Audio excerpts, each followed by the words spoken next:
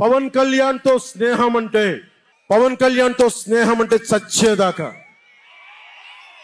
పవన్ కళ్యాణ్తో శత్రుత్వం అంటే అవతల వాడు చచ్చేదాకా. ఇద్దరు కలిస్తే చూడలేడు, నలుగురు నవ్వుకుంటే చూడలేడు, 10 మంది పచ్చగా ఉంటే భరించలేడు. ఏమంటారు అలాంటి వాడిని? చెల్లిని గోడకు పెట్టి కొట్టేవాడిని ఏమంటారు? తల్లిని చెల్లిని దూరం పెట్టేవాడిని ఏమంటారు? ప్రజల్ని కష్టాలు పెట్టేవాడిని ఏమంటారు? ఓ దాష్టికుడు, ఒక సైకో అంటాం. జగన్ బాధితులందరికీ ఒకటే చెప్తా ఉన్నాను, 1 man's courage makes a majority అంటాం. 1 man's courage.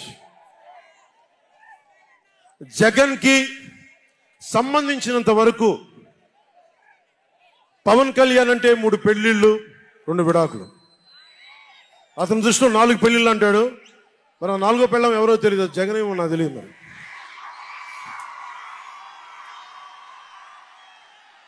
నాకు ఇదే విసుగొస్తుంది. జగన్ లేని 4వ పెళ్ళం అంటే నువ్వేరా.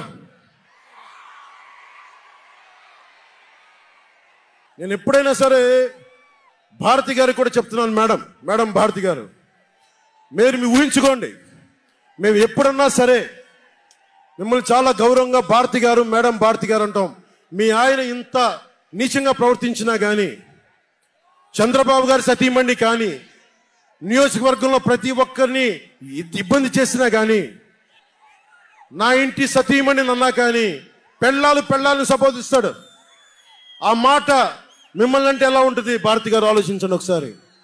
నాకు తెలుగు వచ్చు, నేను పెద్ద ఇంగ్లీష్ మీడియం చదువుకున్న వ్యక్తిని కాదు, నాకు చాలా భాష వచ్చు, కానీ సంస్కారంగా ఉండదని మాట్లాడినంతే.